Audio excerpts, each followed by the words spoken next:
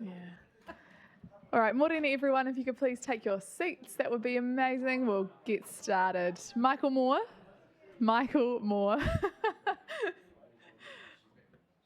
Thanks. Great, welcome everyone to our Strategy, Operations and Finance Committee meeting of the 15th of May. We'll open up with our council blessing. Ia mātou e whiriwhiri ana i ngā take kei mua i o mātou aro, e pono ana mātou kakaha tonu ki te whakapau mahara, hua pai mō ngā hapori e mahi nei mātou. Me kaha hoki mātou katoa kia whaihua kia tōtaka tā mātou mahi, a mā te maia te tiro whakamua me te hihiri ka taia te arahi e roto i te kotaitanga me te aroha.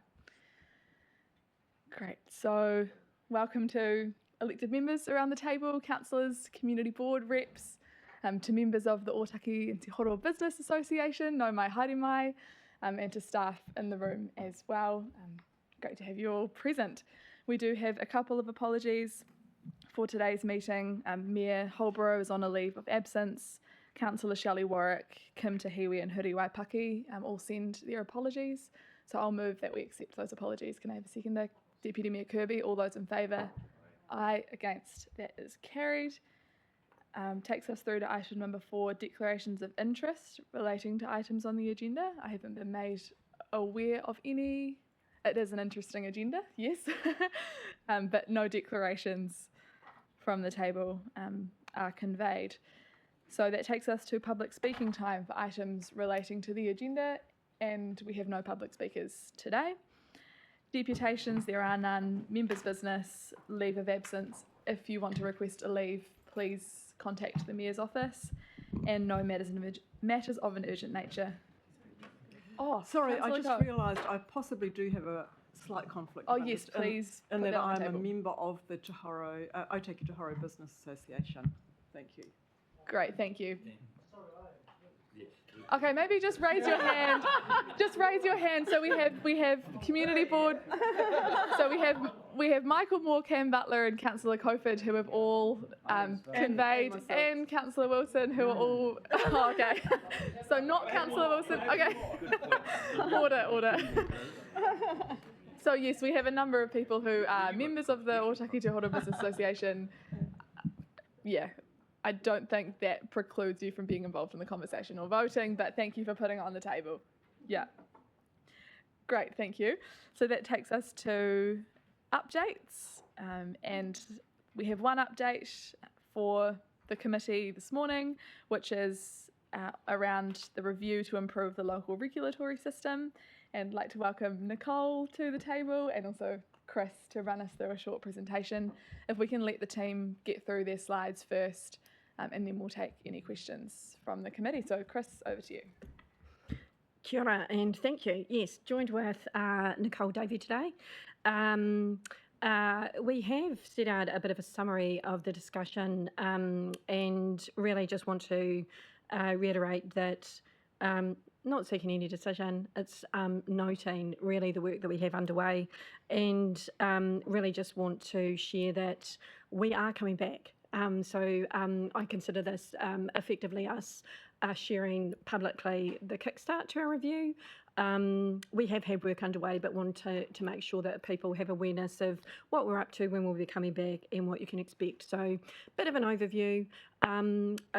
We obviously have chatted briefly about the background to this with you before. Given that it's an update, happy to also take any questions or things you might be interested in offline, any emails you send through. So when we come back with sort of firmer detail or some of our findings, we can make sure that we touch on the questions that you might have. With that in mind, we might pop the presentation up. And just to note, if you want to follow through on your iPad, it is in LG Hub.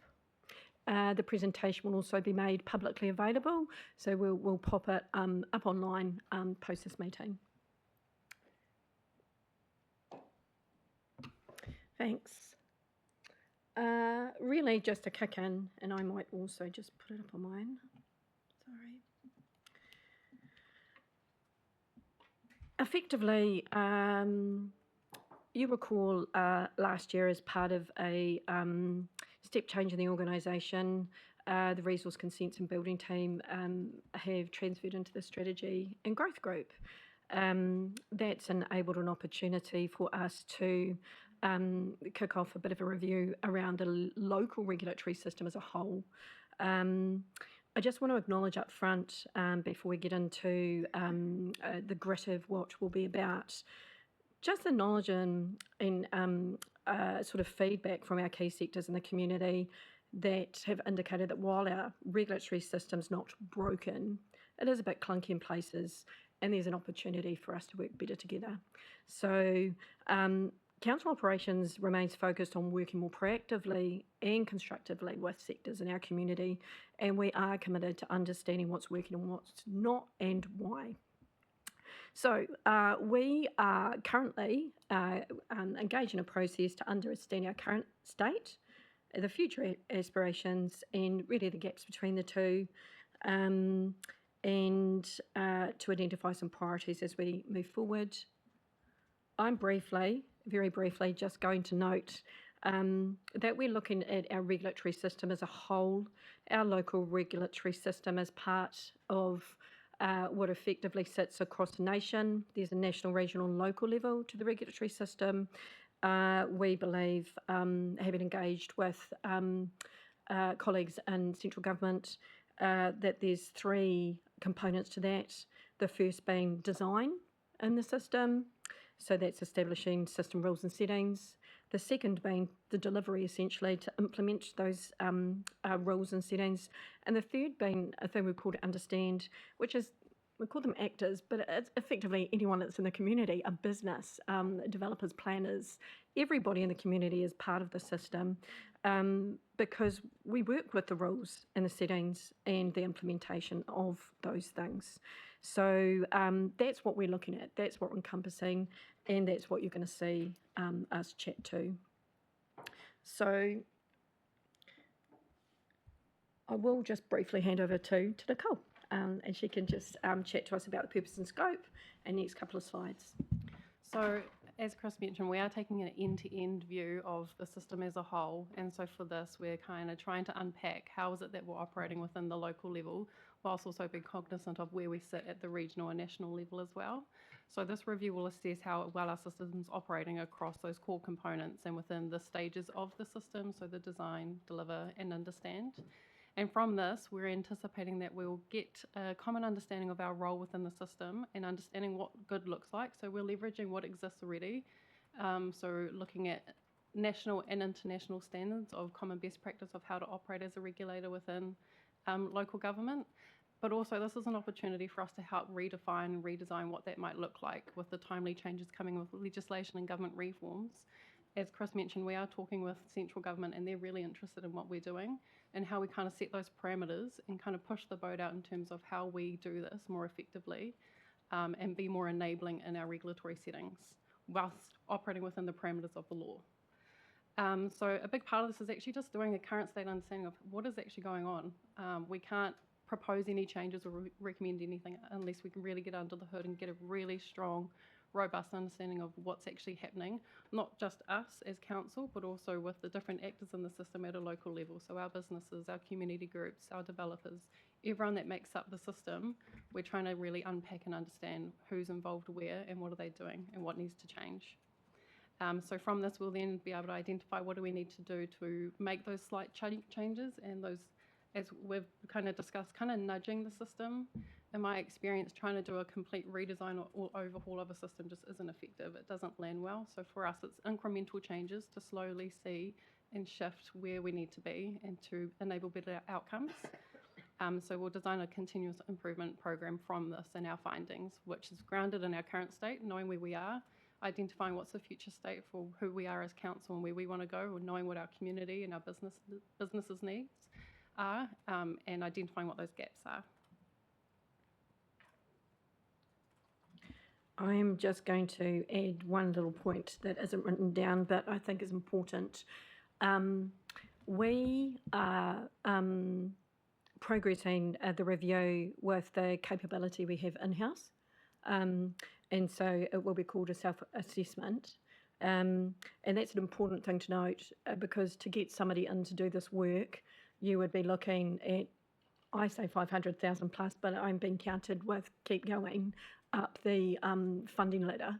And whilst we acknowledge that a self-assessment does have its limitations, I think the bottom point here that we're looking to engage with the Ministry for Regulation is really important because we have started to do that.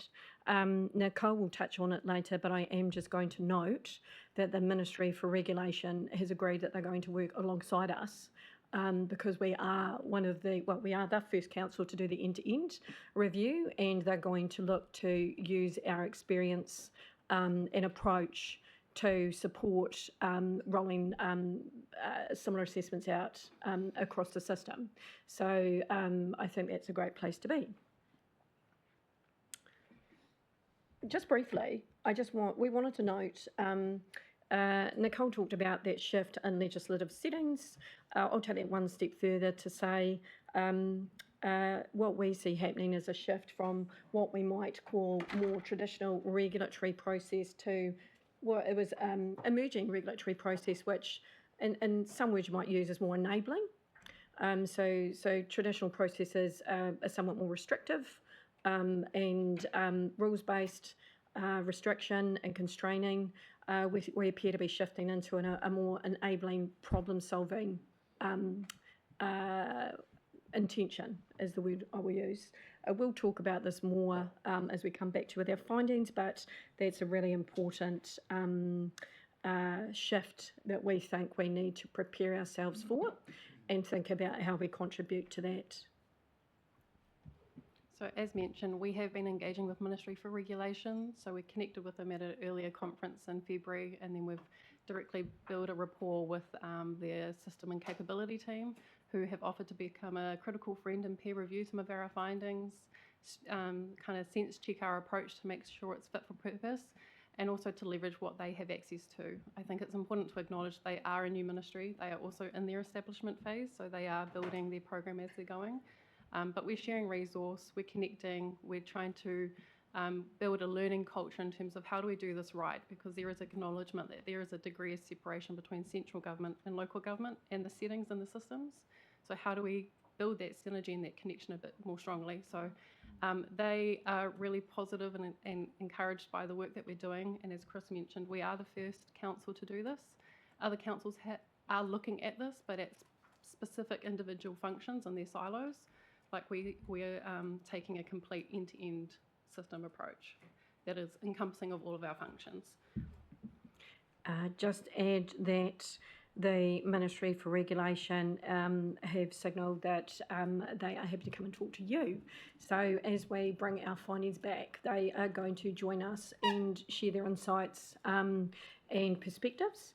The last bullet point on the slide, we've chosen to quote them because they think it's really important that we're able to share and understand what they've called the system map, and that's how are things connecting, the harm framework that we're working to.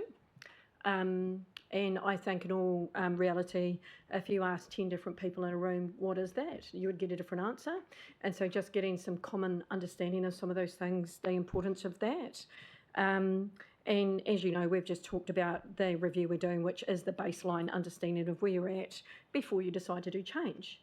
Eventually, we'll get to a point, though, where we are suggesting we have a regulatory strategy or approach so that we can clarify what is it we're trying to get out of the work that we do in our community.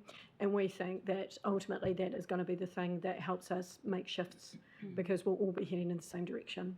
Just to add to that, they really emphasised and encouraged us to make sure we focused on the vision and the priorities as a whole before we embark on any kind of granular, more nuanced change. We really need to make sure we understand as a local authority within the broader network what are our priorities that are aligned to also the national standards as well.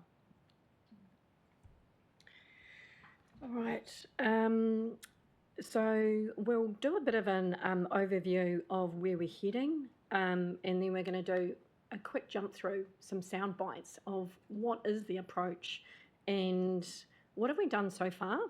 we're not going to deep dive into that because we're obviously going to come back and have more discussion with you and actually share more detail. So you will get reports and other things. So at this stage, we are looking just to give that overview.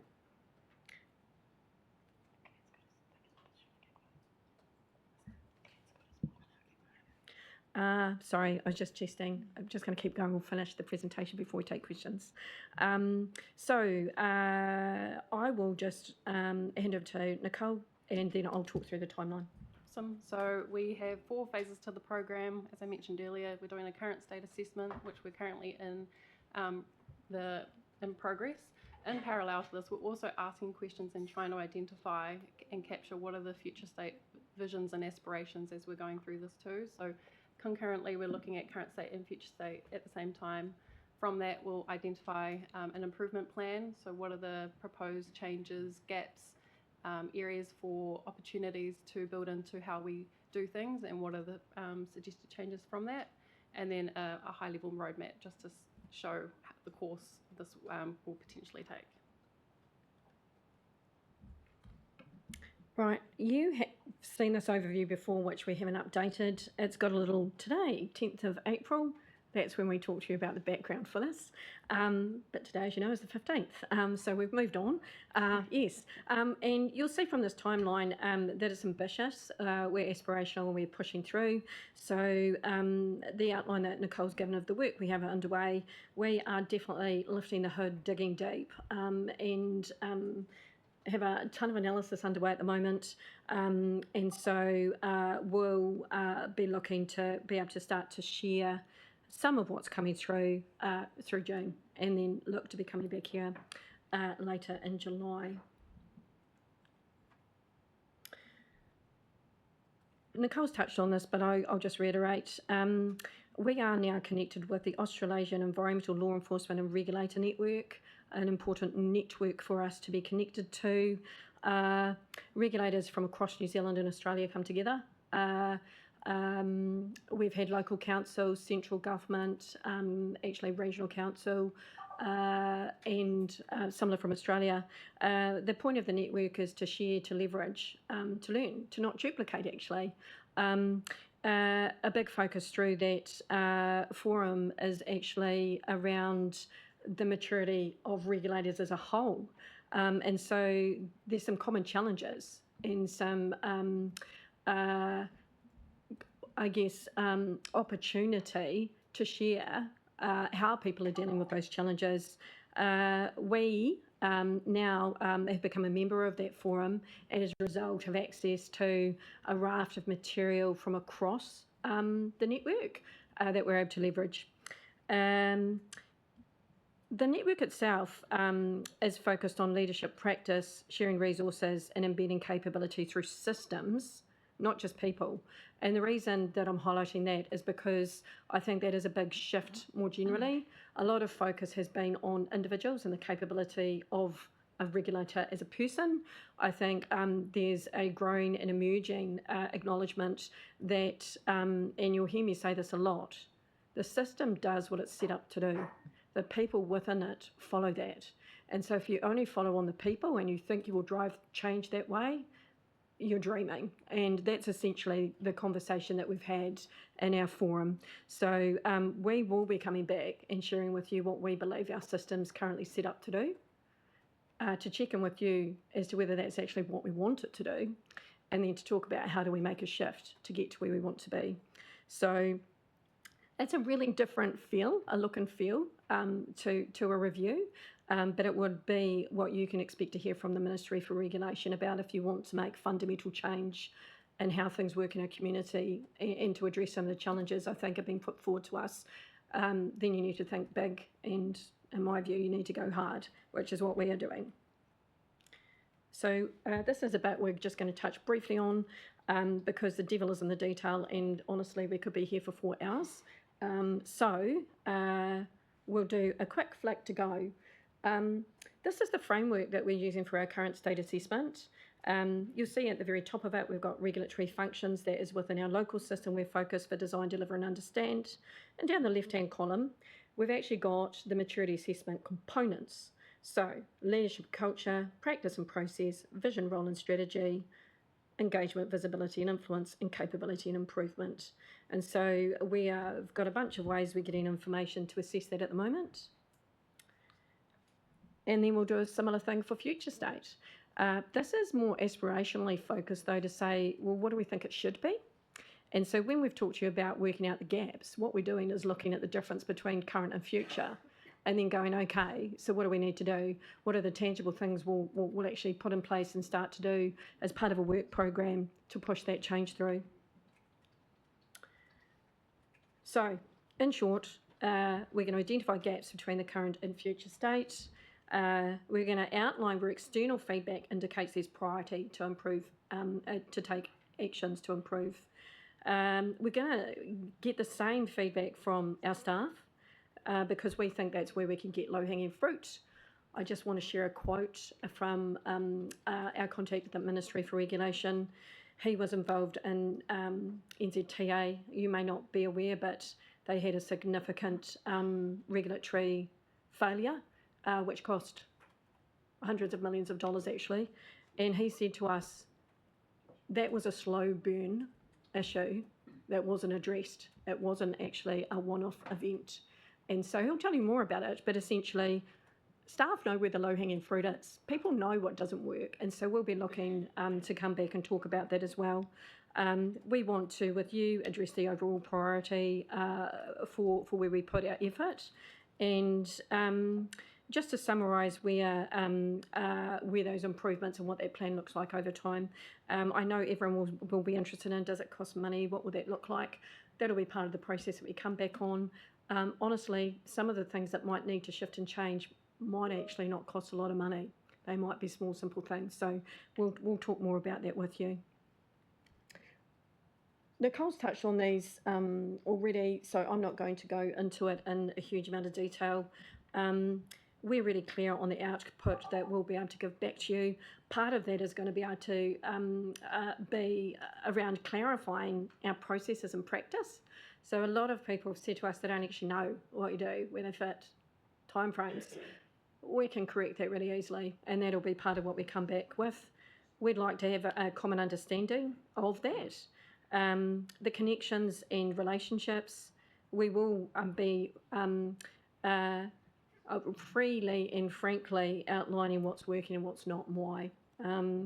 And the effectiveness and efficiency of what we're doing, we want to be able to share our story better because there's some things that are actually going really well, but we don't talk about that, and we need to.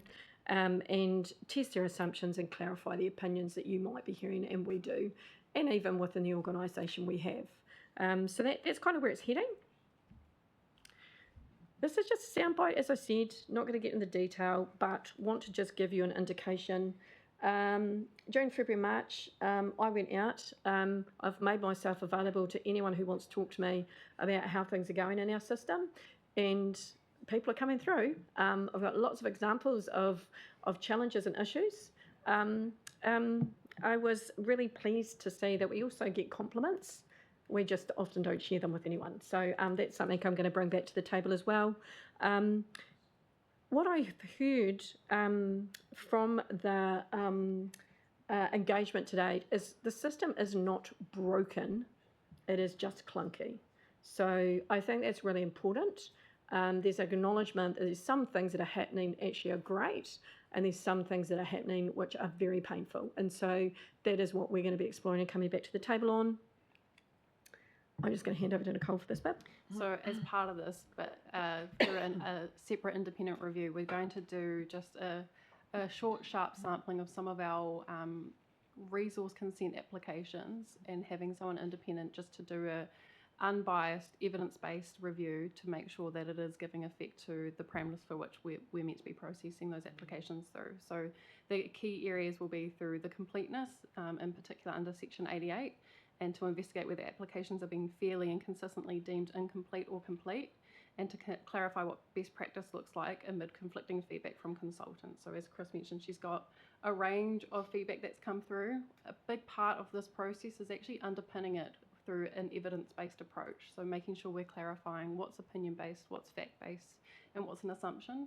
And so through this review and through someone that's specialised and technical in this area can clarify some of those assumptions that we have. And another area we want to look at is just making sure that these applications are being processed through the timely and agreed timeframes. So this will be separate, but will feed into the broader regulatory review. Last piece for us to chat about is we are looking at key functions and processes.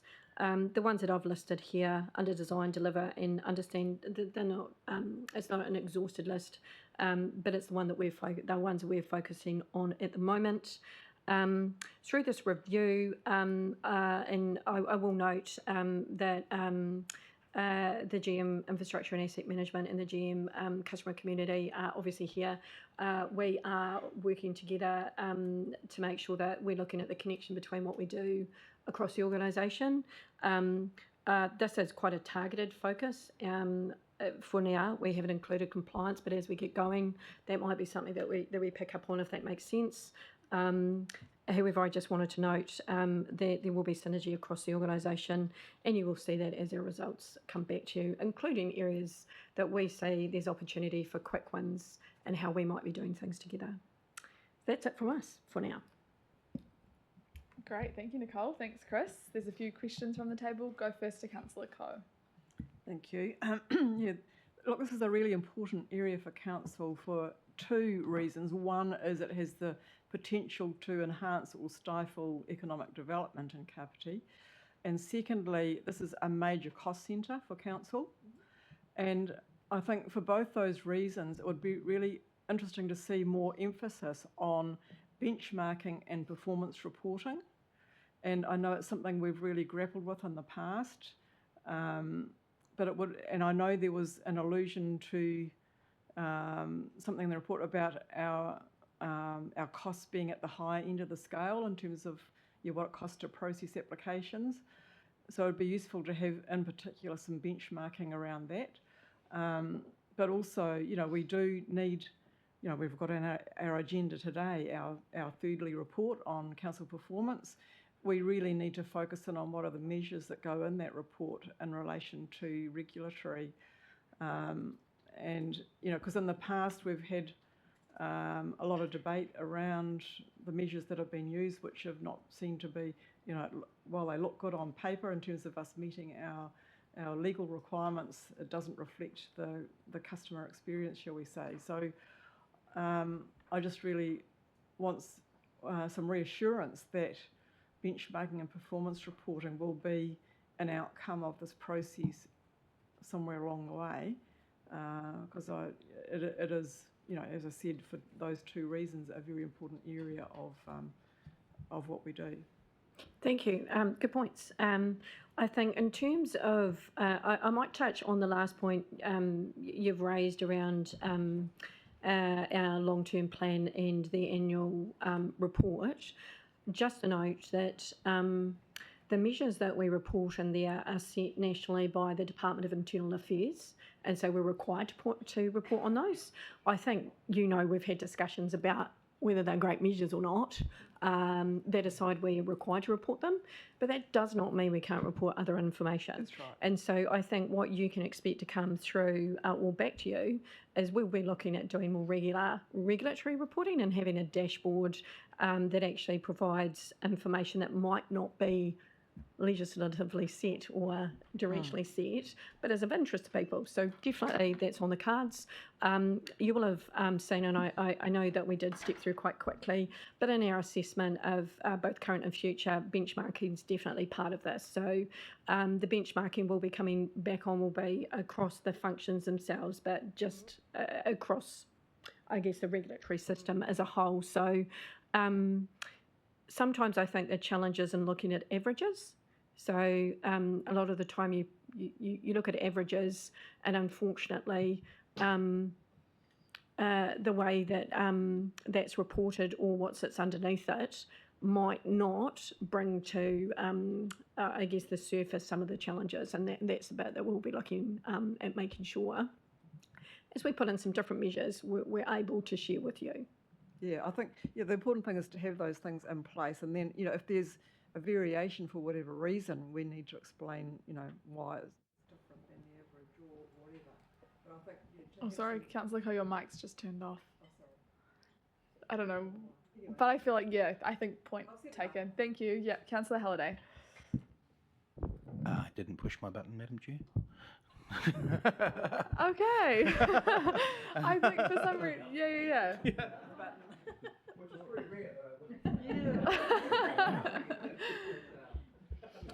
I just had two Okay, questions. Councillor I see that the people you've engaged with, if you can flick back to that screen, I don't know if you can or not, for people online. But my question is, they all seem to be high-level, semi-corporate sort of organisations. And my question would be, are we engaging with the builder wearing the gumboots and the tool belt? The architect that's doing 10 or 15 developments a year, the builder that's building 10 or 15 houses a year, or 2 houses a year. Because from what I hear out there, that they're the ones that do a lot of business and are actually not as happy as maybe a corporate that engages at a corporate level. So is that happened or going to happen? So this reflects who I've spoken to date. That doesn't mean that there's not other portals that we're receiving information. You'll be aware that there is now a construction cluster that's coming together through economic development, and there's a broad group of businesses that are giving us strong feedback through that mechanism. That's why I'm carefully saying we are getting feedback. I want to make sure that people know we are hearing you, we are looking at what is happening, and we will be coming back. If anybody wants to touch base and give me feedback, they are welcome to. And even through, I'll say, specific resource consents, building consents, anything that's happening on the ground, people are touching base. They are letting people like me know what's happening, and sometimes asking for help, but also giving feedback. So we're definitely getting it through. This is just targeted feedback with some of these are large. They've also let us know they're not happy, and so we've made sure that we've touched base with them. Anybody is welcome to touch base though if they feel that they want to say something to us. Yep. So on that, will there be a way of communicating? We don't want to, obviously have, just everyone ring up bitching and moaning, but will there be an avenue for people to feed into that system without us going out? For sure, and I think as we get going, we will put something up on the website that people can have a look, click in. I don't want to say have your say because it's not going to be a formal consultation with questions, but yeah, there'll be an email that you can touch base with us on, and we'll get in touch. So we're getting out and about and talking to a lot of people. I was going to say that I feel like I've talked to 400 people since I opened the door. It feels that way. But a lot of people have wanted to say what's happening, good, bad or indifferent. And we're listening, we've written it down, and you will see that coming through when we share what we've heard and from who. Great. And lastly, because a lot of our regulatory goes offshore, and that we I think it was 80% out, 80% if I remember rightly, of our building consents or resource consents, it goes out to consultants. Oh, right. Sorry. Yeah. So how will this? I was thinking international too. Yeah, subbed out. How will this review and the findings interact with that sector that's not really under our control? So does the review take in that, or just our internal, the 20% that we do? No. The benefit of looking at this as a system as a whole is that it takes into account all of that. And I will just say, irrelevant as to who is processing a resource consent for council, everybody should have the same starting point, the same understanding of what it is we're trying to achieve, and be working off, want a better words, the same song sheet. I've had feedback that might not be the case at the moment, and so that's something that we're looking at as we go through this process. And when we come back to you with some of the things we think need to happen, we'll be looking at how do we make sure that we do that going forward. Awesome, thank you. Good work. That's awesome. Thank you. Councillor Cockford. Oh, thank you, Madam Chair. Sophie, Chris and Nicole, thank you very much for this report. I'm excited. I think that the initiative which is a national initiative, no other local authorities doing this, to attempt to liaise with central government and take this initiative through. Will this mean that we won't be getting these intensification laws and repealing of the Maori Ward and the local water done well? Does this mean that they will be actually consulting with us through the system? Also, the stakeholders, as you know, probably have a reservation about one or two of them. Consultants are taking us to court at the moment with a judicial review. But no, thanks for this initiative. It's really great. Thank you. And if I may just note that we have this piece of work, but with our engagement with the Ministry for Regulation, we've actually raised with them we'd like to talk about coastal matters. So their role is to look at system stewardship, and our earlier conversation with them was just highlighting from a systems perspective, it really doesn't seem to be working. When you look at the national, regional and local settings and how it's landed in communities. So they've recognised that local government has an important role in being able to provide feedback to the system. So we are going to be engaging with them and sharing some input to them, considering how well the stewardship across the system for that space is going. So I think there's opportunity. I can't comment on all of the things that you tabled, but I can say that. So great opportunity for our district. Oh, wonderful. Thank you, Chris. And also I concur with Councillor Coe's comment about, it should be cost measured and reviewed. Just keep that under control. But wonderful initiative. Thank you. Councillor Wilson. Yeah, I have one or two minor concerns about this. I understand the regulatory environment and trying to make things simple. I'm not sure where the role of AI is going to feature in the regulatory environment. I think there's a massive role for that to streamline things. I agree with Comrade Cooper, the tradies and subcontractors, vital that they are involved in this. But to cover it to the more concerning part, so this is going to Cabinet on Monday, I think, isn't it? So this is the regulatory bill, David Seymour's bill, right?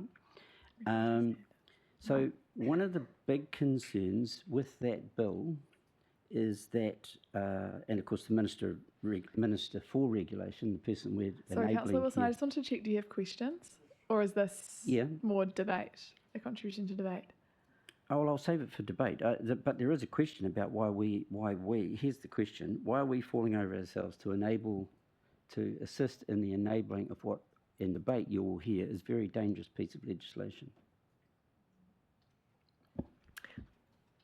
I Or is think it what I not might, seen as that? yeah, what I might say is, as you know, as local authority, we submit on proposed changes to legislation consistently. We submit a lot. We're very active, and this piece of work does not signify that we support any particular change to legislation, because there is a lot. I think what we are focused on is the opportunity to look at how central, regional and local government are working together and whether it is working well. And that sits outside any legislative changes that may be proposed. We do have the opportunity to raise issues with Select Committee, and we attend those, and that would continue. So that this engagement doesn't prohibit us continuing to have that separate boundary. I know this is difficult, but there's different parts of the Ministry for Regulation working on those things. And so Nicole had mentioned system capability, didn't you? And so that's the area that we're working with. It's a small crew of people. They're just initiating, and they're looking at how they can help assess and improve the way we work, rather than whether those legislative settings are the ones that should be in place, or that's the work they're doing with us. So I think, hear your point, and as and where it's appropriate for us to make a submission on, be it for or against a proposed change, we do with you as our governors. Councillor Pravanov.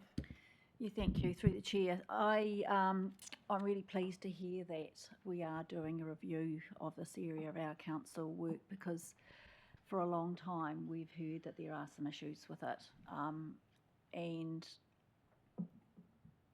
I'm also quite interested to hear that there's going to be some external oversight of that as well. I do have, I suppose, some questions in terms of KCDC staff involvement in it. So to me, I think that from what I'm hearing, and my question is this correct, that one of the main work streams is self-assessment by council staff? And to me, if council staff are working through this, I would have thought that they were already aware of the issues, but they haven't been fixed. Is that And way I of think, looking at it? yeah, and those are very good questions. I think when we talk about self-assessment, we mean it organisationally. So staff are giving us input, and it's important that we hear their voice. We are getting input from external parties. We are getting input from central government, and we are creating an evidence base of someone independently looking at what I'm going to call cases and examples, so that we can effectively ratify the information that we have.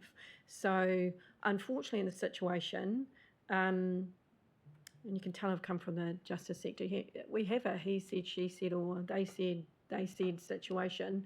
Without having evidence between the two, it's really hard to understand what's going on. So we are trying to get a view of what's happening, where people are positioned and what they're trying to achieve, and whether those are aligned, and on the day-to-day what is actually playing out. So when we come back with more information, I think there's going to be a few aha moments, because what we're hearing from people externally, we can evidence some of it we can. Some of our external people are saying the opposite things, and so we've sat there and gone, what does that mean?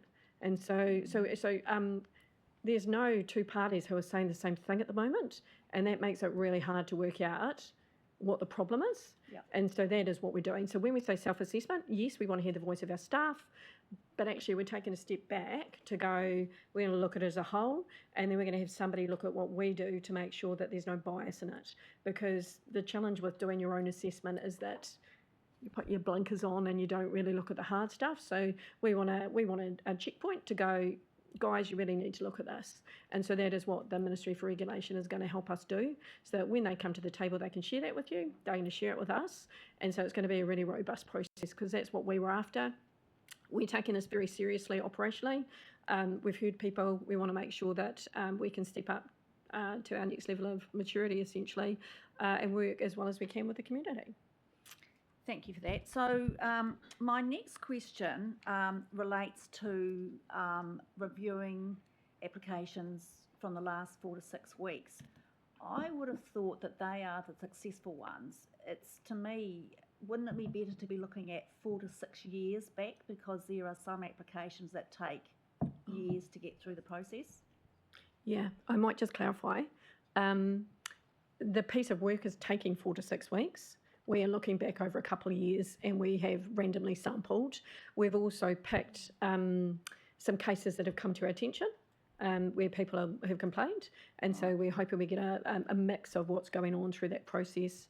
And so we'll report back on all of this to you. You'll see the cases. We're going to have that all available for those who like to get under the hood and look at the detail. Essentially, though, we have been listening very hard to what people are saying hasn't worked, so that we can actually have a look at that and get someone to go, yeah, that actually made sense, or no, we don't understand why you did that, on both sides of the fence, actually. Everybody who I've met has said that they welcome feedback about how they do things, and so this is going to be a genuinely open process where we independently go what's happening and look at both sides of how we work together, and do give feedback to everybody in the system. Okay, thank you. So the other one, I've actually got one other comment after, or question after this, is that, So you mentioned that compliance wasn't going to be included in this, and I'm wondering why that is the case, because often, as an elected member, I have concerns raised to me that resource consents have been issued, but some of the conditions aren't being adhered to. I think I'll carefully say the points of conditions in the process will be considered. I think we're talking, I need to say this very carefully. I think the challenge may be in how we've come to some of those conditions and our ability to enforce some of those conditions at times. But that will be something we look at. What I meant about compliance as the area is the work we're doing around looking intently into process and procedures and coming back on that. We're not tabling. We will be looking at the connections though, so those kinds of things, definitely. We're just doing some deep dives into some areas. Yeah, I'll just clarify, compliance was within the scope of it, but you would have seen the highlighted functions of the functions that sit within strategy and growth that are within our responsibility that we're going to look at as priority, but also recognising that compliance is a core part of that end-to-end system, so that will feed in with the feedback that we receive on that. But our core functions within strategy and growth are the ones that were highlighted. Right, okay, thank you. And so the other one, if I can ask that there's an email that's not necessarily linked to KCDC, maybe it is an external one to the Ministry of Regulation, because, and I'm just going to say it, I hear quite often that people don't want to actually provide feedback because they are scared that their application is going to be made even more difficult. And so if you really want honest feedback, it really needs to go into an independent person. We'll definitely look at that. I think I just want to reassure you, I believe that we've received extremely free and frank feedback, and that some people, it's very clear to me that they're at a point where they feel they have nothing to lose, if I framed it that way, because I've had extremely free and frank feedback about how things are going. And some of that was to acknowledge the good stuff, and some of it is to go, it's exactly this. So, and I will say, I'm not the only and first person in council to engage with. A lot of people talk to me about the fact that they talk to, for example, Sean's sitting here. A lot of people talk to Sean, they've got problems, they touch base with him and they're sorted. So I think there's things that happen here that work well, and people acknowledge that. And some of it's down to consistency, and some of it is down to, I think, transparency, actually, as part of what's coming back.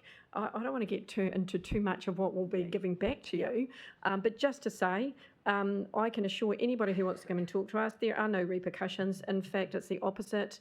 If you come and touch base with someone like me or Sean and there's an issue, we go, oh, I didn't know about that, let me have a look, and we'll sort it. Okay. So that's what's been happening. So there is nothing that someone can say that would be the wrong thing to say. We really need feedback so we can understand what's happening. Okay, thank you for that. Councillor Halliday. Yes, thank you, Madam Chair. I did push my button this time. I certainly agree with the comments made by Councillor Provanov as well. I just wanted to say that it's great to see this being done and being done at pace. Appreciate that we've put a bit of pressure on with regards to getting this addressed, and it's been a bit of a thorn that we've been looking to have addressed this triennium.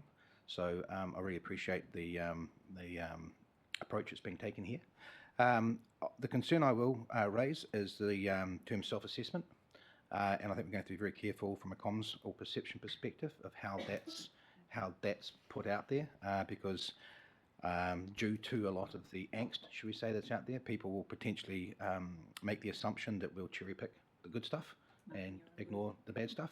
And I appreciate we've got externals and that sort of stuff, and some people involved in this side of things. So I think it's going to be important to make people aware that that's not, the self-assessment aspect does incorporate externals as well, and that we are looking at the good as well as the not so great as well. I just wanted to that out. That's a perception that's out there. I think we need to face that perception's out there, but we also need to address it as well.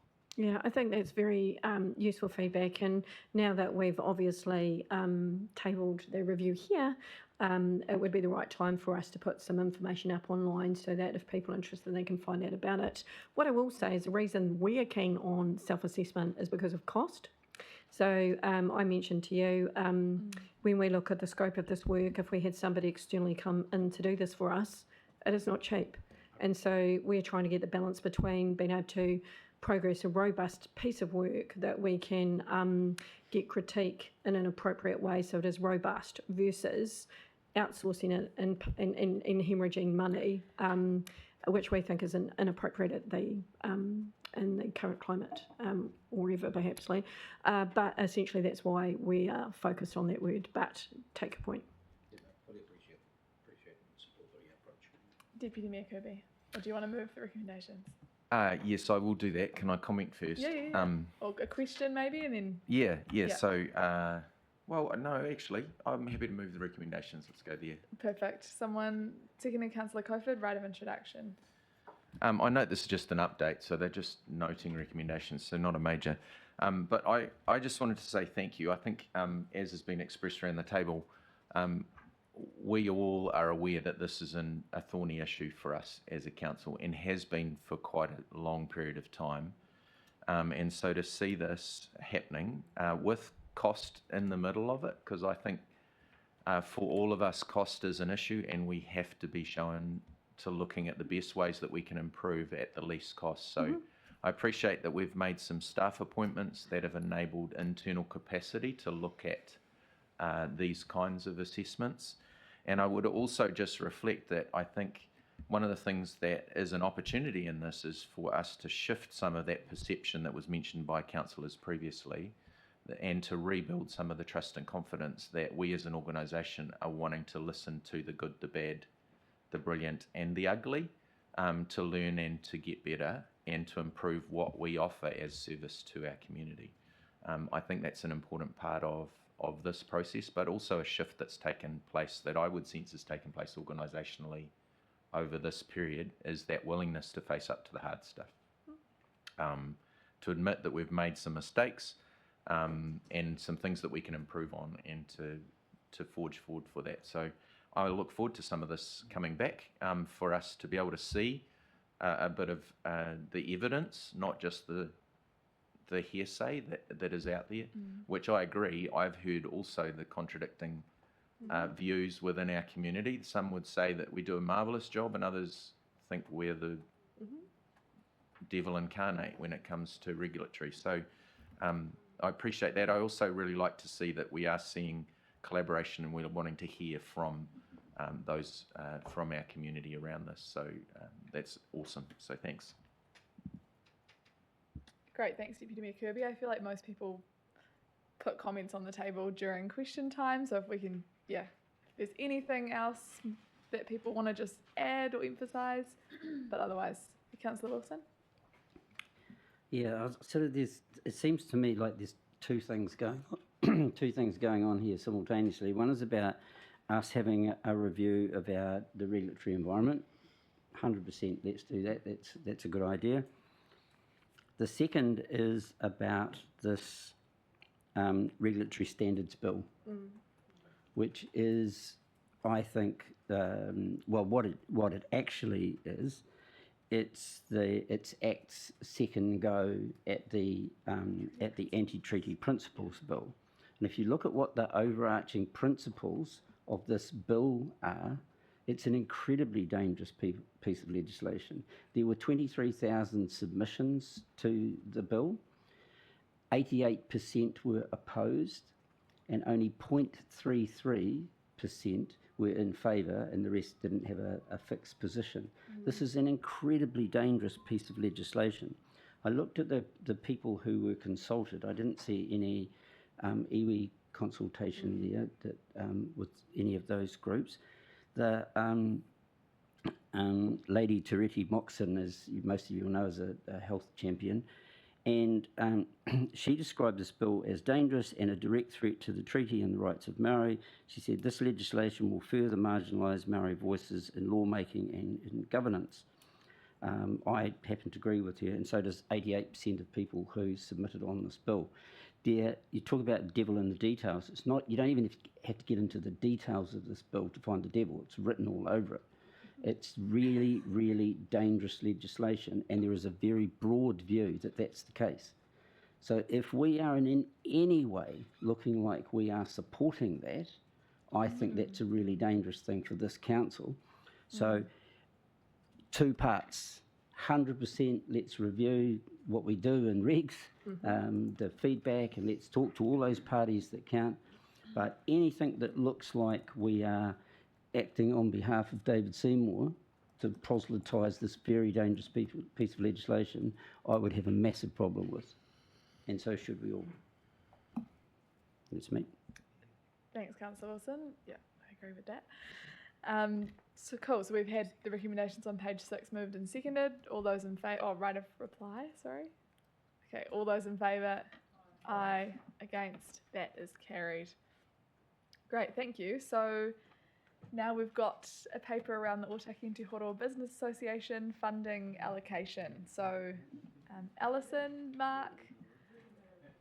Oh, and apologies for keeping you waiting through that first item. Oh yes, we're missing one of, your colleague. Oh, all good.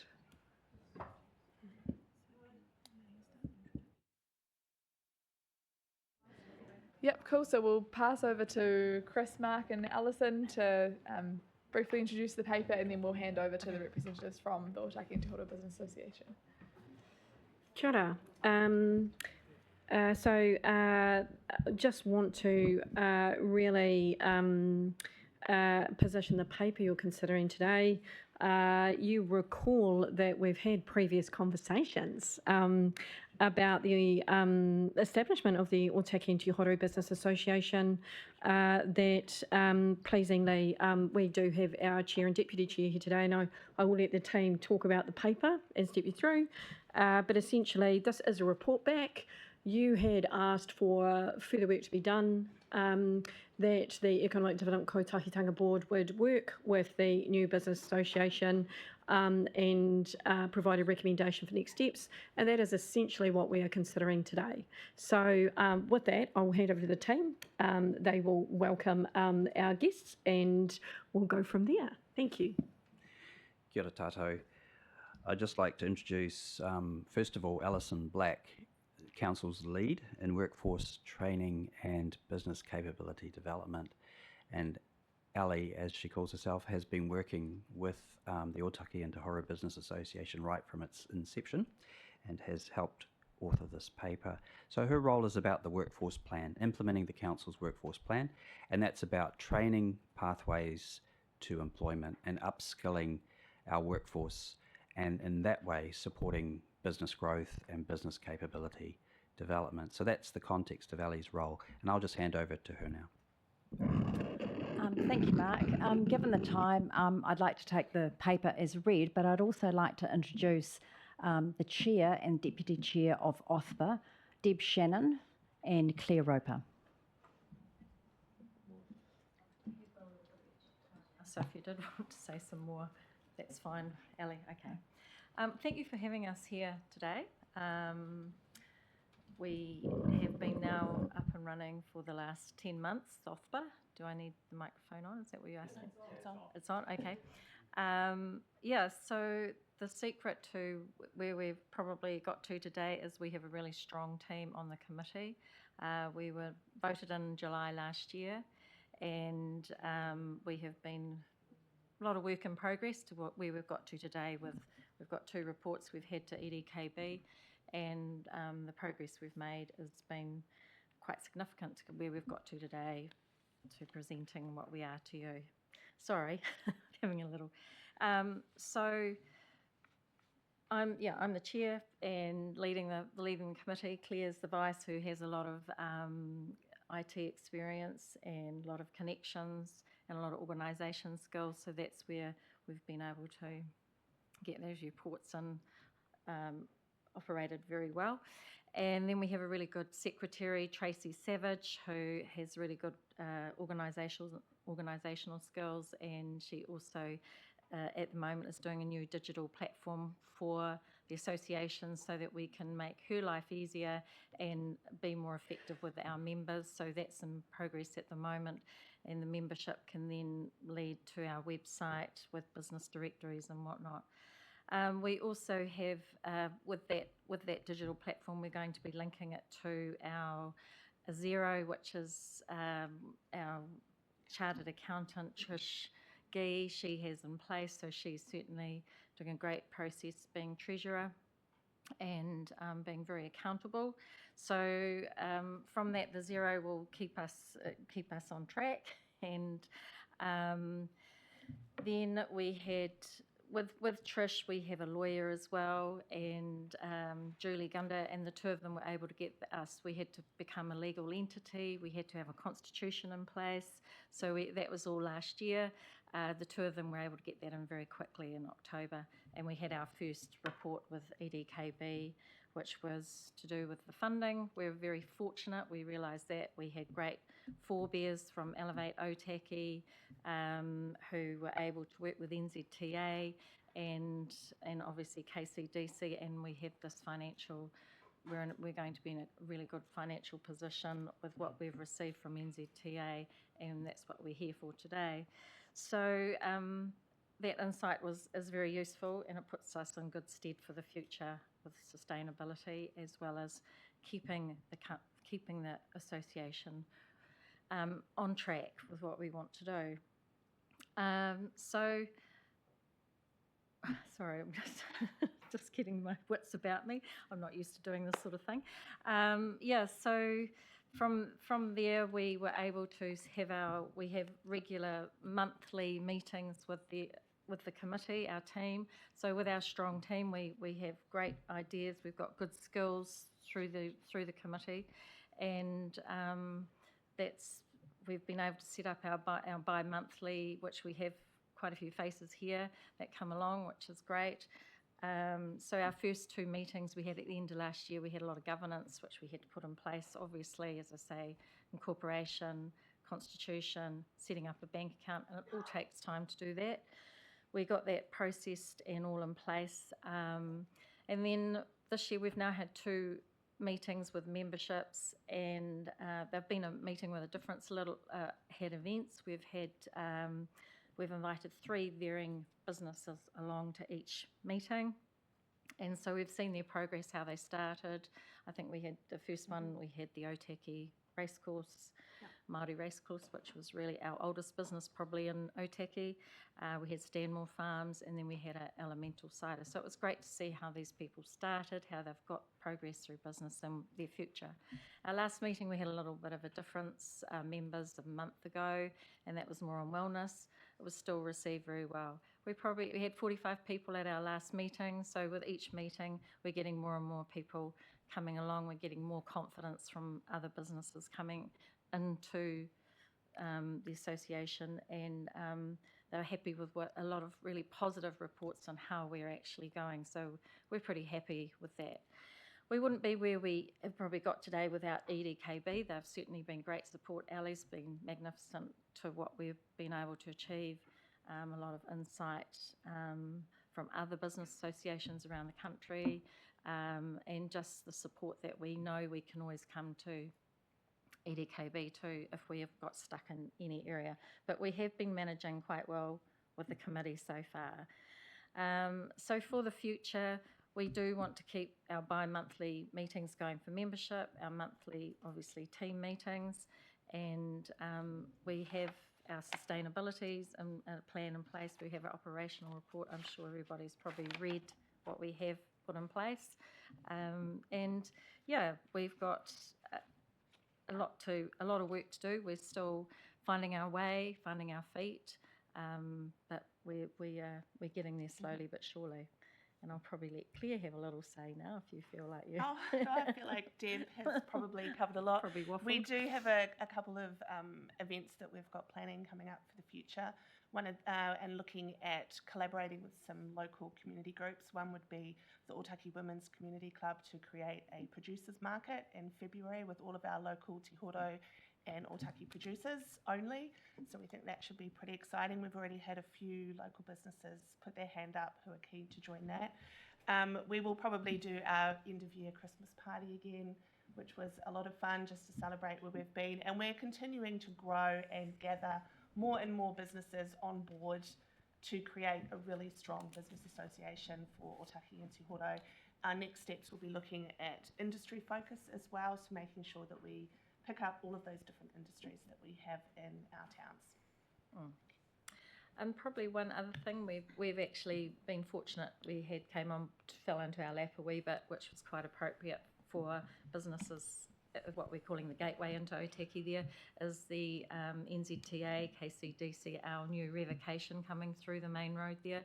It was kind of timely because the plans came through and we got on board with that pretty quickly at the end of last year. And as a collective voice, we were quite effective.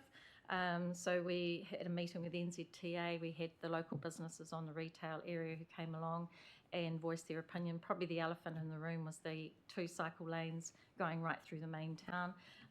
And we managed to, in connection with Otaki Ward, we had our local MPs, Tim Costley, we collaborated with these guys, and obviously local councillors Rob Coford and also Shelley Warwick. So between working together, we managed to get the green paint taken off the main road. Bit of an overkill having 2 cycle lanes there as well as the shared path behind the shops.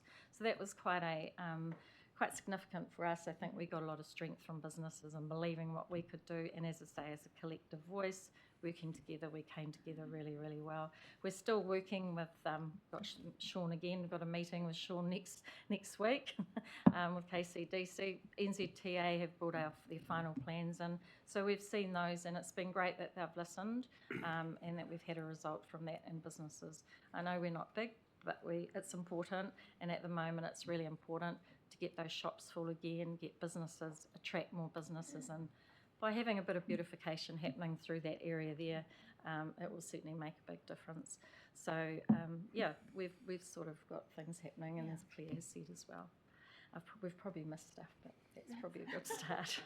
It's all in Wow, there. it's all in the beautifully presented report. It was such a joy to read through, and also to kind of put faces to the names, and just I hopefully speak on behalf of everyone. That's just so impressive what you've been able to do, and the mobilisation that's been able to occur in the business community, and how energised it feels, and so amazing work. Thank you. Massive ups to you and the rest of the committee. Please pass that on. I will. As well. We will. Any questions from the table, either to Deb and Claire or to the staff? Michael Moore. Yeah, thank you, Deb and Claire. As a Te Horo resident, I'm really pleased to see this filling an important void. And you've hit the ground running, within weeks of establishing. You've been engaging with things that are affecting the business community. My interest, of course, is around the rural area of non-facing business in Te Horo. The Te Horo Hall Society is going to re-establish, now that they've done some works on the hall, re-establish after COVID, a Made in Te Horo project. So I'd encourage you to engage with them, and there may be some really important collaboration instead of duplication of that. In the last 2 years, there was an establishment of a Waikanai Business Association. However, I've got to say, I'm more impressed with the path of your establishment and the way that you've established your construction of the Constitution. Sorry, Mike, I just wanted to check if you had a question, because there's quite a few lights on. So. Yeah, okay. So I just want to acknowledge that, and when that comes through, I'll help you engage with the Te Horo environment. Okay, thank you. Yep. Sorry, just going to have some water. Councillor Wilson. It's a question. Reminder of your questions. Yeah, fantastic work you guys are doing. I was just wondering, the superb Otaki Kids Market, the future entrepreneurs for Otaki and beyond, are they involved in this? Is that? We have a lot of plans for the Otaki Kids Market. I will probably bring that up to the table, but we have a lot of things on at the moment with OFBA, but I think there is a good opportunity for mentorship or something along those lines with existing businesses to help the young people in Otaki along those lines. Yeah, great. And my question this way. It looks like the model that's happening here has been a really successful one. I just wonder, with the Waikanai Business Association, for instance, in terms of wraparound services and support from EDKB, is that, which appears to be happening here, is that a rollout model? Because sometimes a business association sets up and they got a bit of funding from the community board to kick off, and then a little bit left to their own devices, and sometimes it's all about the energy of one person or a couple of people. So I'm just wondering if that's the wraparound services are available to other business associations, and I understand Paraparaumu Beach are looking to get something up and going as well. I might just note and then hand over to the team. Effectively, in short, yes. We are going to be coming back to you to talk about, I think, I know these probably sound like terrible words, but our business support ecosystem, which business associations are part of, to look at across the district how things are going and where the opportunity is. You'll see in the paper, under issues there is a note about, we know there's a growing need for support and funding actually, that we need to have a continued discussion on, and that is coming to the table. So the way in which the Otaki and Te Horo Business Association did form, I think, was slightly unique, because Elevate Otaki had been in place and there was a transition through from that. But some lessons there, and some, I think, some great outcomes that we would be looking to not only share with others, but get feedback on from the business association about what was useful in helping them to get to where they have. We're also mindful that it isn't a one-size-fits-all, and so I think I'm carefully saying in different parts of the district that there's likely to be different needs and perhaps different businesses and a different desire for how they want to set up. There will be support, and not just from the EDKB, but more generally. So conversations to come, and we'll be looking to come back to you shortly. Team, did you want to add anything else to that? Just to add that business associations across the district are in an interesting phase. They're actually either in startup mode, like Waikanai and OFBA, or they're in restart mode. So I think the opportunity is now really to develop more support for the ecosystem. Thank you. Councillor Pravanov. Yeah, thank you. So thank you very much for coming along today and for all the work that you and the team have done to get this business association up and running. So I'm just interested to know, so basically in terms of the Te Horo area, have you actually reached out to the Waikanai Community Board and the 2 ward councillors, because half of Te Horo is actually in that ward, to actually, for the elected members who represent those people to actually understand what is actually going on in that area? No, we haven't to date, but it is something we're still getting there. So we realise that there's the Raumati, there's the Te Horo, but no, we haven't, not yet.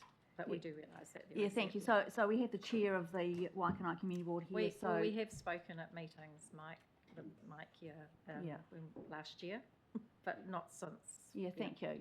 And so I have another question. So in, I don't know if you've seen the report here, but in 4.2, it talks about the funding, and it said this would consider the priorities set by the Economic Development Strategy and need outlined by the Otaki business community. So I'm just wondering, where does the Te Horo business community fit into that, or is that? So we are a collective. It is. Yeah, well, just the wording, if you read it, what it actually says, because I know previously the business association up there was very Otaki centric. Okay. and so it's about covering that whole district. And I suppose I'm really interested to know that that is actually going to happen. Sorry, Councillor Pavanov, I think Chris would like to respond Yeah, to that. I think you won't have seen that because that's our cover report, so it's not something that you have noted. I think take it as read that when it says Otaki business community, it's Otaki and Te Horo business community. So that's us, not you. We're aware that you are definitely focused on that. So apologies from that from our end. Can I just say with that as well, when we've done a lot of surveys, that's another platform that we have immediately. We can send it out to members and they respond quickly. And one of the questions in our first survey was, what is a name we would like to give OFBA? We'd already been using it since March last year with the working group when we'd been with EDKB, so it kind of carried forward. And Otaki, the Te Horo comes under that Otaki umbrella when I think it's with the voting, is it elections or whatever anyway. So, but we decided that it is Otaki Te Horo. We are a business association for both those areas. So we stayed with OFBA. We will always call it OFBA, and Te Horo will always be under that umbrella. Yeah, thank you. I have no problem with the name at all. It's good. Yeah. Thank you, and keep up the good work. Thank you. Thank you, Councillor Spires. Thank you. Thank you very much. You mentioned the Otaki Maori Racecourse, and I would just request, please, that if you could ensure that racecourse, Maori Racecourse remains and is not sold off, I would be very thankful. I don't think that requires a response. Just yeah. That could be beyond our means, but we'll try our best for you. Thank you. If anything comes up, I'd love you to go out there lobbying to keep it. Thank you. All right, noted. Thanks, Councillor Spires. Councillor Cofford. Oh, thank you, Madam Chair. Yeah, Deb and Claire, thank you. You're absolute inspiration and a great report. My question is, we have about, 90, 100 businesses in Otaki Te Horo. How many members do you have currently on the on your organisation? I really I come away inspired after your meetings. The three guest speakers that you have are really great and inspirational, and obviously they're starting up in Otaki. You see the who's who of Otaki there. You've got Claire that runs the markets, and also the and I think Councillor Spears doesn't want any houses on the Otaki racecourse either. I'll just throw that in. But are you going to continue with the speakers at the meetings, at the bi-monthly meetings? And they're really great. But yeah, congratulations, and really enjoy the meetings. Thanks. Yeah, I think our next meeting is at the Otaki Fire Station, and we haven't been informed of who the speakers are yet because we break our team into groups and we all look after a meeting each. I believe it's around a security-ish focus, so. Emergency services. Yeah, wait and see. Yeah. And how many members do you have? We have just over 100. So you're 100% We're represented by 101 there's and about growing. 100 businesses in Otaki Te Horo, so there you go. It speaks for itself. Thanks. Great, thanks, Councillor Cofford. Next up, Raumati Community Board Chair, Bede Larissy. Thank you, Madam Chair. So I am from Raumati Village. It's been fantastic to see the energy and vibe that's come with the formation of your business association. Really good to see. So I note you refer to some really good successes around things like engaging with NZTA, support from council on issues, support from the EDKB, and talk of being able to follow through on the first retail strategy, which is really great. How important do you think those things are to the growth and the interest that you get from members? I think those sorts of things are hugely important for us to be able to call up council, get in touch with Waka Kotahi and ask, hey, we've got these issues, we really need you to come down. And we had a meeting where Waka Kotahi was there and we had a lot of businesses there, and it was a little bit heated. And so we managed to get some results out of that. So I think it's really important for the businesses in Otaki and Te Horo to understand that we have those connections and we can make those changes when they all jump on board and have a collective voice. And so they see that benefit to the association because they see the results. Absolutely. We were quite fortunate it happened when it did, and we were able to get on board extremely quickly. We Yeah. thought we'd missed the boat, but you don't stop until it's the final deadline. That's right. So that's why we got involved, and the collective voice is definitely, that was made the difference. Yeah, cool. Thank you. Great stuff.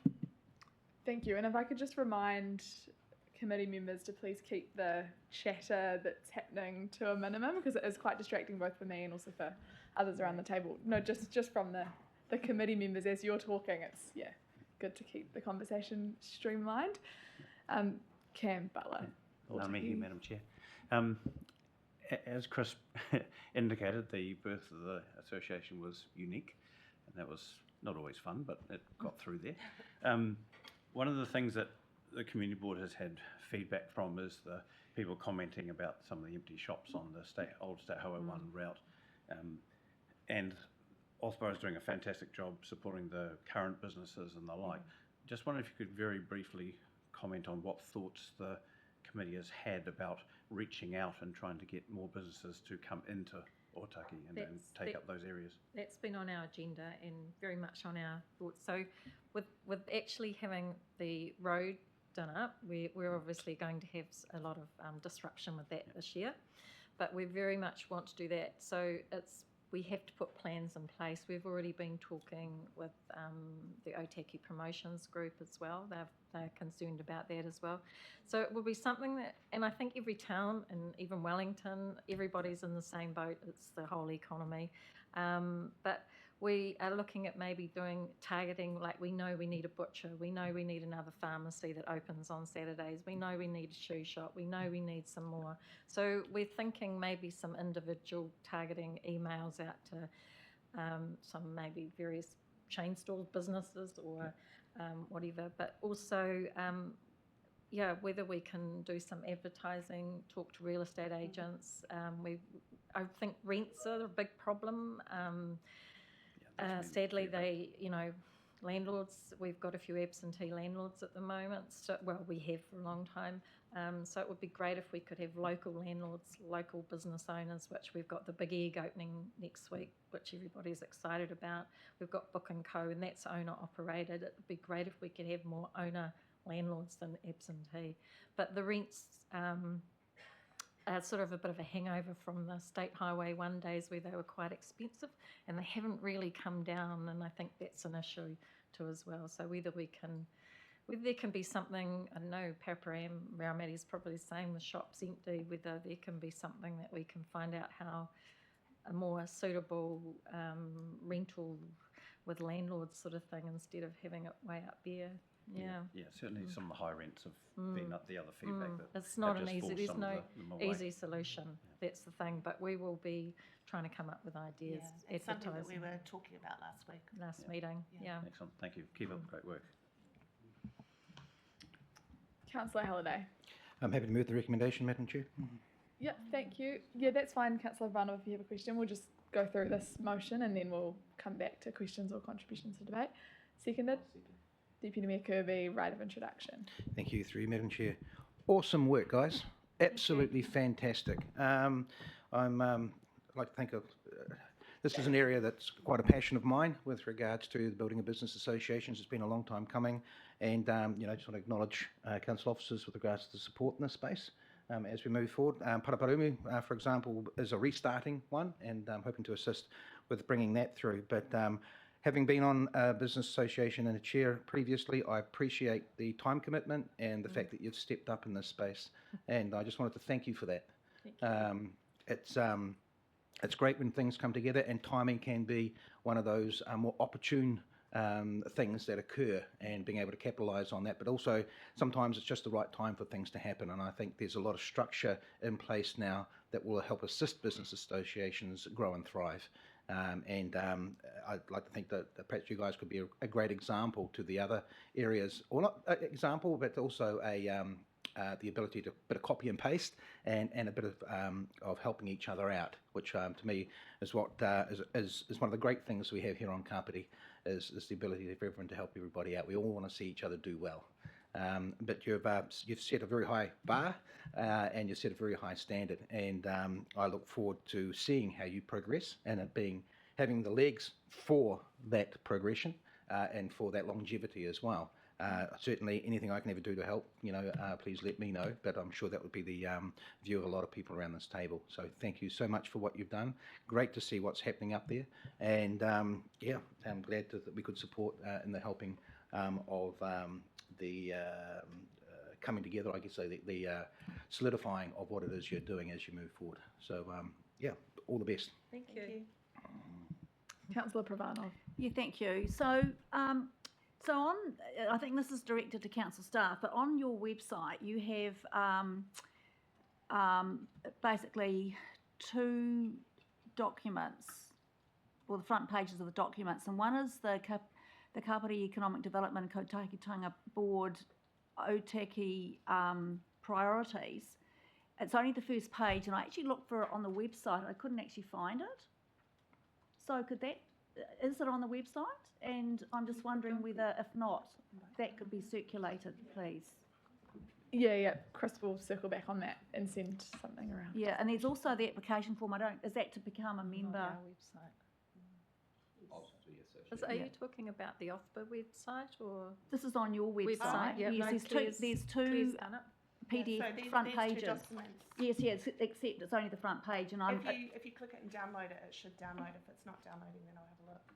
There should be a PDF document. yeah, it's just it's just got the front page. Okay, they should both be downloading. Yeah, okay, so that's probably comments for both Yeah, and groups. for the application form, we're just waiting for Tracy to finish setting up the digital platform that she has in the background, Right. which will then, once people can enter online, and it will go straight through the platform, so there's no manual Okay. application. And we're also putting a business directory categorised that is coming through the new platform, and that will be on the website as well.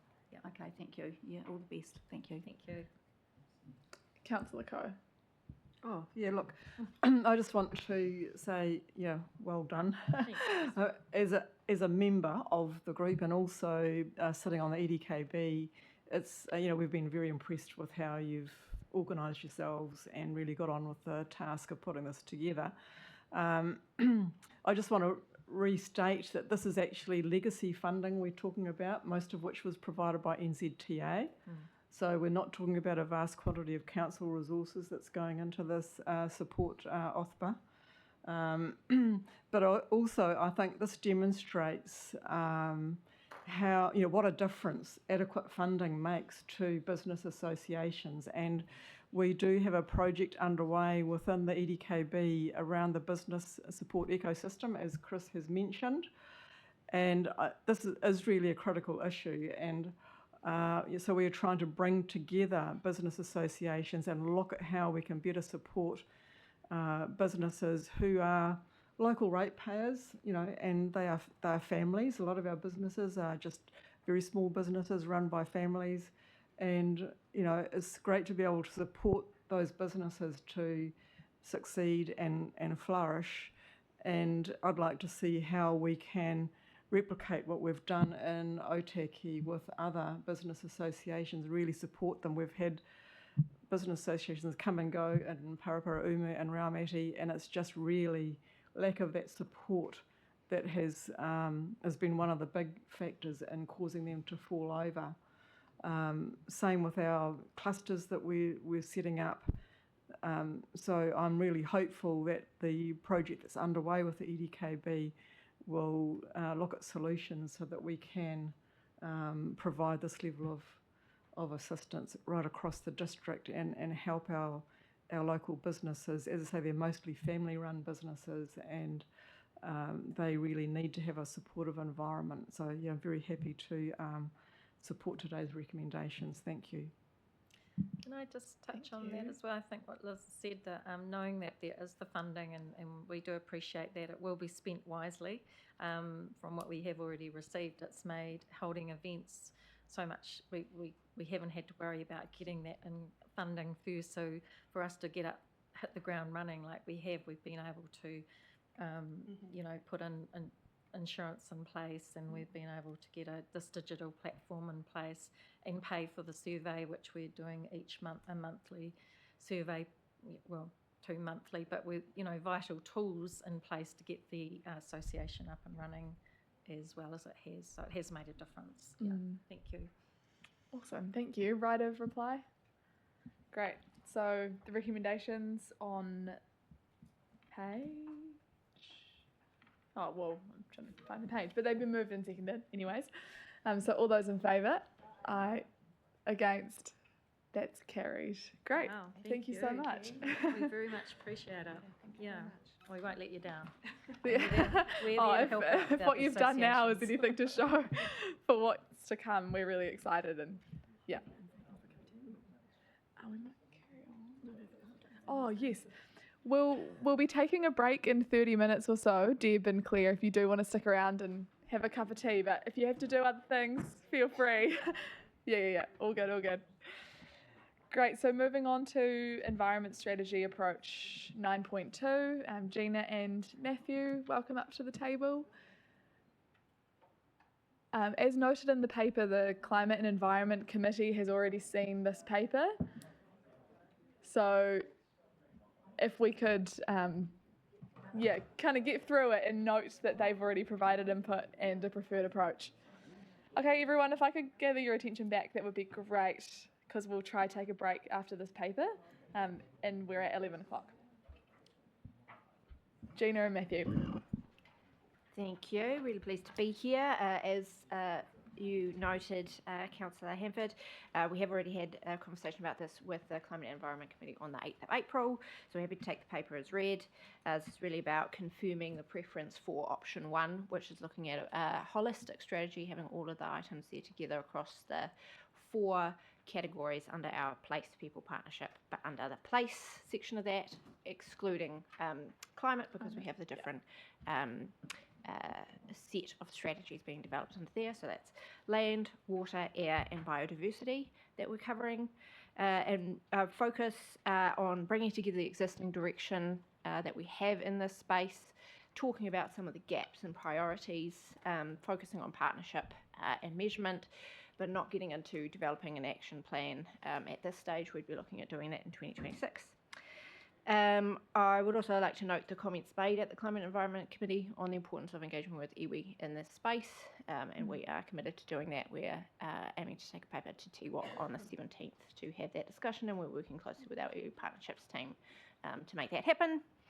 And we also have a discussion getting into some more of the detail on the content that we're proposing to put into the strategy next week at the Climate and Environment Committee on the 22nd. I think that's probably all I'd like to highlight. Anything you want to add? Yeah, great. So we're just confirming the approach today. We're not confirming any of the content or anything more detailed. That's coming back. Yeah. I was going to add that to that. Just say you will see in the paper a proposed timeline of next steps, which do include more opportunity for input on the more detailed elements, as well as to hear back from, I'll say, engagement and consultation as it passes through. So this is really the starting gate, the pushing forward piece, and then we'll be engaging with you further through to September is our goal. And just to note that as well as in further engagement with the Climate and Environment Committee, we will also be going to TWOC, and that will be an important engagement for us, just to understand how we'll proceed through with involvement and input from our iwi partners. Great, thank you for the preparation of this and the thinking that has gone into it and sits behind it. Questions from the table, Councillor Wilson. Yeah, just noting that option 1 is the very high level approach. Is there a plan that this dovetails with the regulatory strategy, with the Councillor Coford's superb urban design panel type arrangements, just so that we are taking that broader holistic approach to this? So is that part of the high level thinking? Yeah, we are looking to bring together things that already exist. So those things already exist. So we would include some mention of them in here. Yes. Cool. Councillor Halliday. Yep, through you, Madam Chair, nothing too major from my end. Just number 9 talked to the overall health around water and ocean health, water and air quality. Just wanted to flag the Capital Health Advisory Group, the public health chapter in that. I know Don Hunt would be very interested in linking into that as well, so just wanted to flag that for the moment. Thank you. Great, thank you. I'm not seeing any further questions. Councillor Pravanov, would you like to move the recommendations? Yes, thank you. Great. So I move the recommendations, and Councillor Halliday seconded. Yeah. Yes. Right of introduction, Councillor Yes, so, Pravanov. yes, so thank you. So as you all know, this Climate and Environment Committee is a new committee for this triennium, and I think it shows the interest and I suppose the urgency that we consider our climate and environment that we live in here. And separate to this, our climate strategy is underway, and I think this piece of work here goes a long way to completing what we set out to do at the beginning of this triennium. So thank you. Yeah, point well made. When talking about our top 10 priorities, this came through really strongly, so it's awesome to see how much ground has been made, and looking forward to hearing the outputs of the kōrero with mana whenua as well, and having this flavoured also by their perspectives. Great.